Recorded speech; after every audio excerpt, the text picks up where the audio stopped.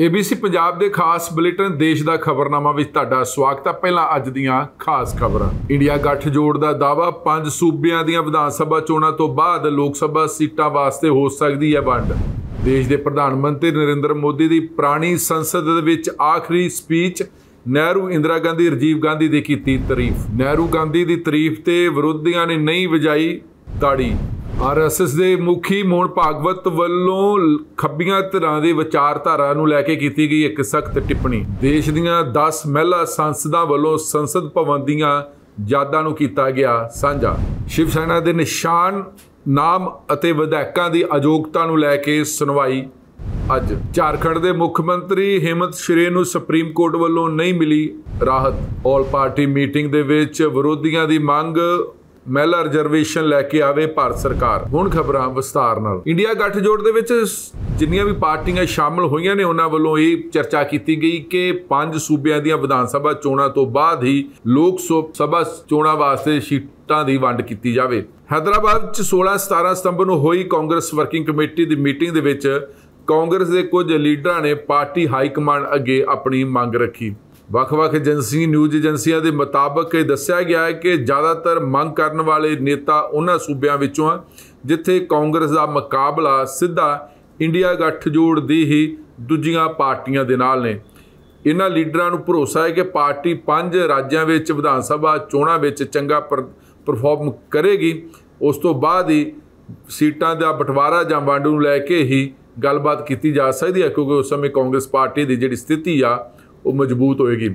राजस्थान, मध्य प्रदेश, छत्तीसगढ़, तेलंगाना और मिजोरम दे विच इस साल के आखिरी समय चोणां होणीआं ने।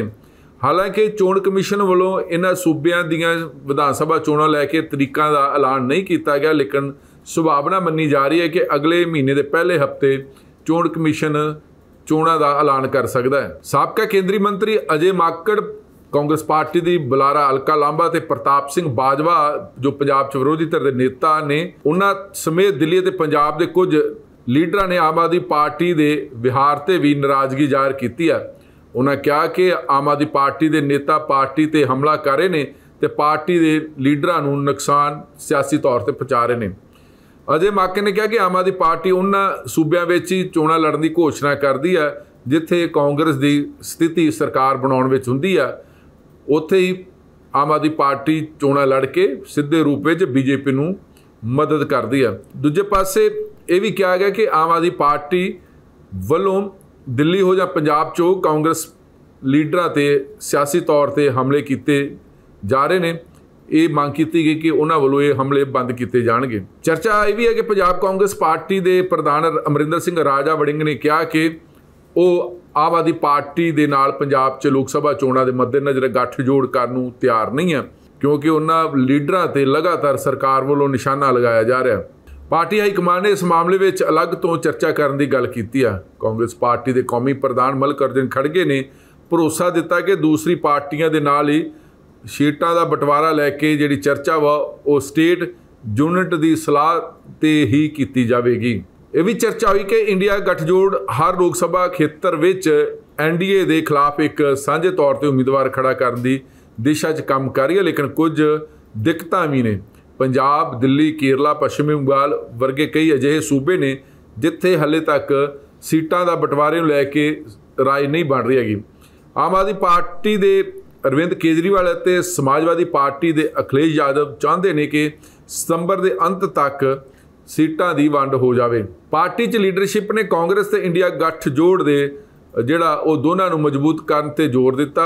इस ते कुछ नेतावां ने कहा कि इंडिया गठजोड़ नूं मजबूत बनाउण वास्ते कांग्रेस नूं नुकसान नहीं होना चाहिए। देश के प्रधानमंत्री नरेंद्र मोदी का अज पुरानी संसद विच आखिरी भाषण सी।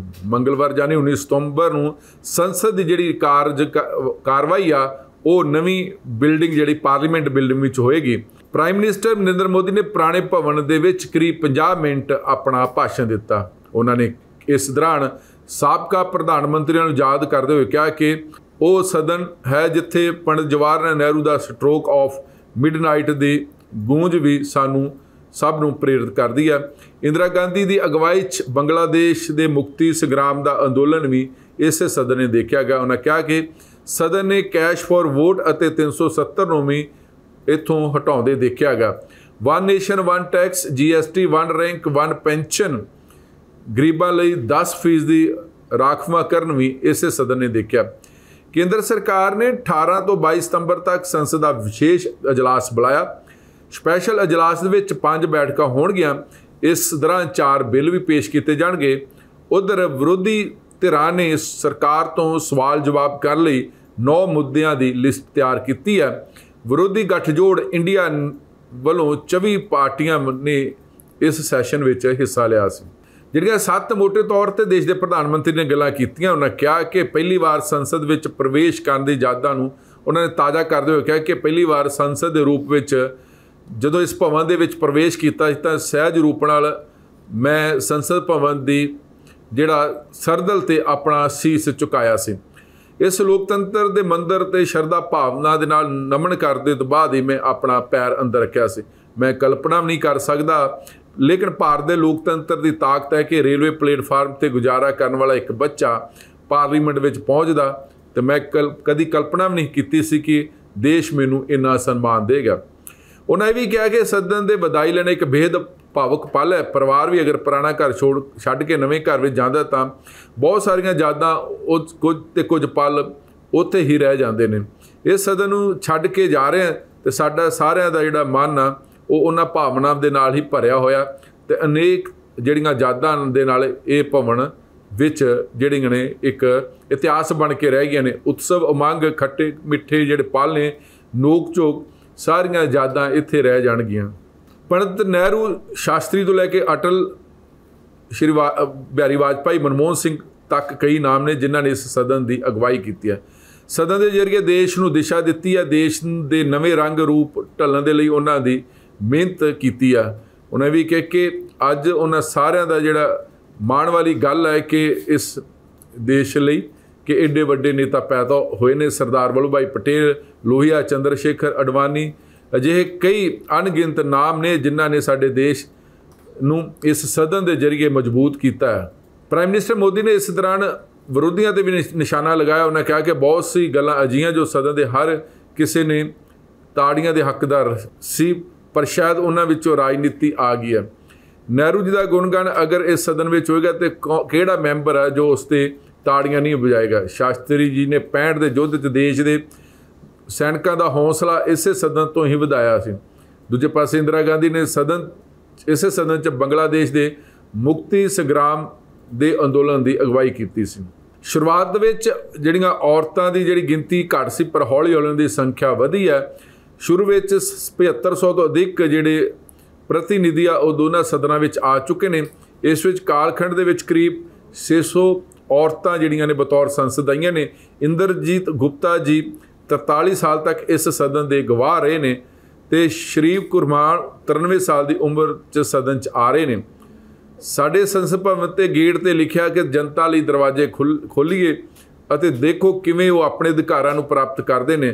वक्त के नाल संसद की जिहड़ी संरचना वो बदलदी गई तो समाज के सारे तबके के लोगों का योगदान रहा।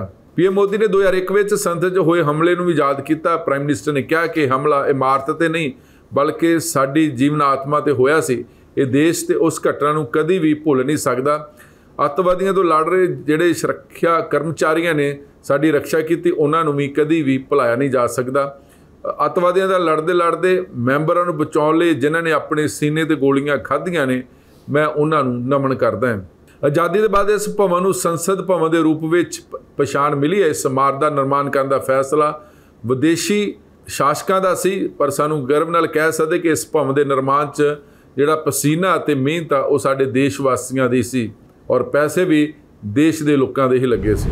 देश के पुराने संसद भवन की कार्रवाई दे विच अज आखिरी दिन सी। 19 सितंबर नूं नवीं संसद बिल्डिंग दे विच संसद जिहड़ी आ पार्लीमेंट शिफ्ट हो जाएगी और अज पुरानी संसद के विशेष अजलास के पहले दोनों सदनों का कामकाज जो चलिया तो लोक सभा में कार्रवाई के पहले समय प्रधानमंत्री ने जिहड़ी आ 50 मिनट की स्पीच की, पर नाल दी नाल जदों प्राइम मिनिस्टर नरेंद्र मोदी अपने भाषण के दौरान साबका प्रधानमंत्री जवाहर लाल नेहरू और इंदिरा गांधी की तारीफ की सी। उन्हें कहा कि सदन में पंडित नेहरू की स्ट्रोक ऑफ मिडनाइट की जिहड़ी गूंज आ वो सानू सारिਆਂ ਨੂੰ प्रेरित करती है।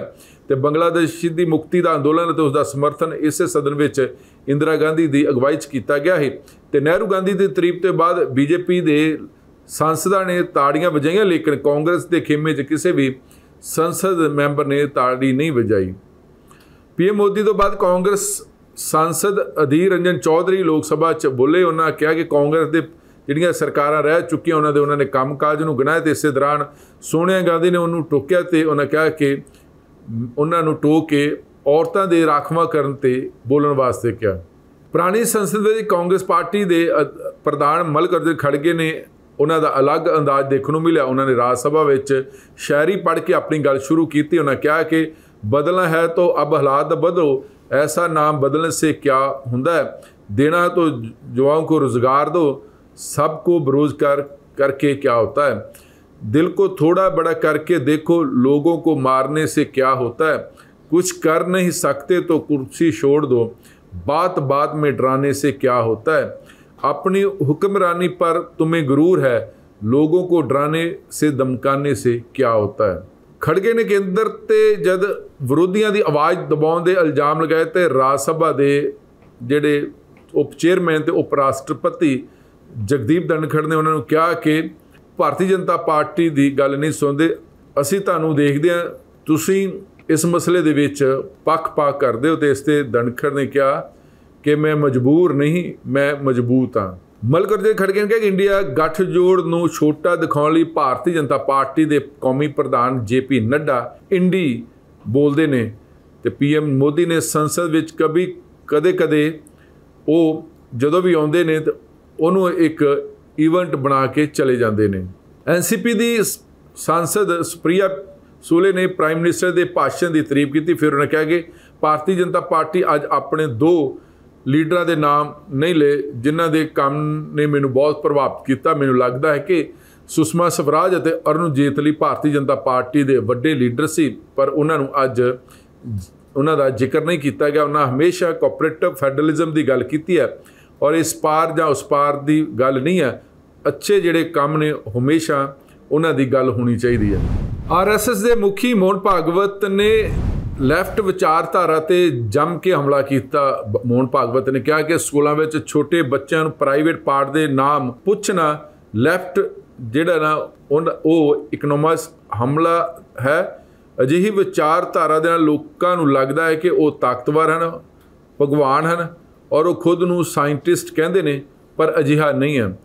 मोहन भागवत असल पुणे में एक मराठी किताब के समारोह रिलीज समारोह दौरान बोल रहे थे। उन्होंने कहा कि मैं गुजरात एक स्कूल में गया, उत्थे एक व्यक्ति ने मैनू किंडरगार्टन स्कूल में लग्या एक आदेश दिखाया।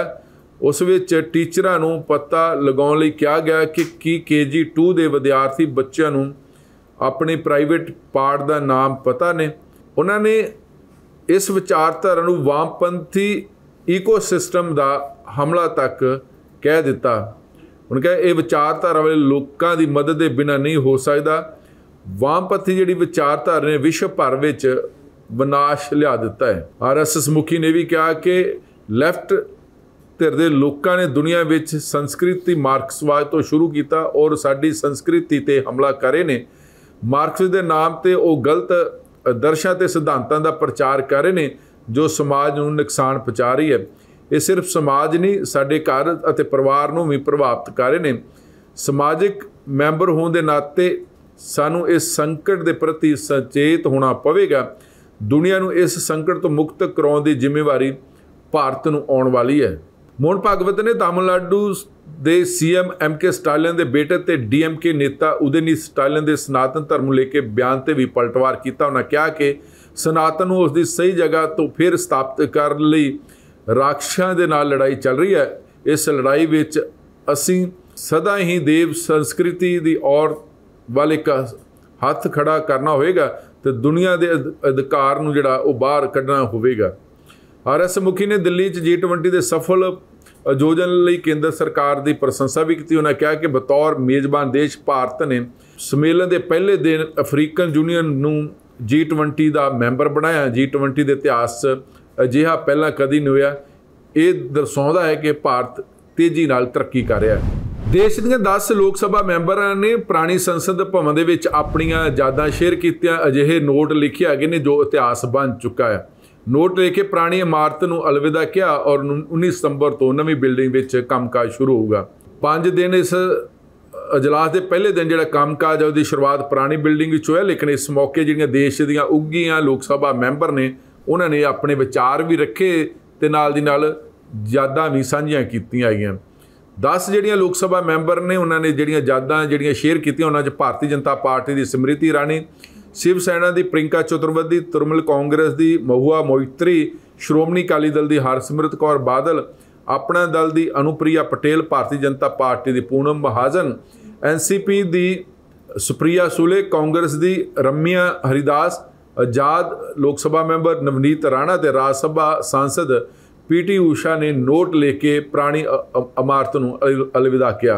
सिमृति ईरानी ने की किया, उन्होंने कहा कि संसद की नवीं इमारत में कामकाज शुरू होने का लेके शुभकामना दित्तियां ने। हरसिमरत कौर ने लिखा कि 2006 में संसद देखण तो लैके 2009 दे विच पहली बार लोक सभा बनन तक, 2014 में पहली बार मंत्री बनन तक इस इमारत के 144 ਜਿਹੜੀਆਂ ਪਿਲਰ ਨੇ ਉਹਦੇ ਨਾਲ ਮੇਰੀਆਂ ਕਈ ਯਾਦਾਂ ਜੁੜੀਆਂ ਨੇ। ਇਤਿਹਾਸ ਅਤੇ ਹਜ਼ਾਰਾਂ ਭਾਰਤੀ ਕਲਾਕਾਰਾਂ, ਮੂਰਤੀਕਾਰਾਂ ਅਤੇ ਮੌਜੂਦ ਦੀ ਕਲਾ ਨੇ ਇਸ ਸੱਜੀ ਖੂਬਸੂਰਤ ਇਮਾਰਤ ਲਈ ਮੇਰੇ ਲਈ ਇੱਕ ਜਿਹੜਾ ਉਹ ਐਜੂਕੇਸ਼ਨ ਦੇ ਤੌਰ ਤੇ ਇਹ ਸਥਾਨ ਰਿਹਾ।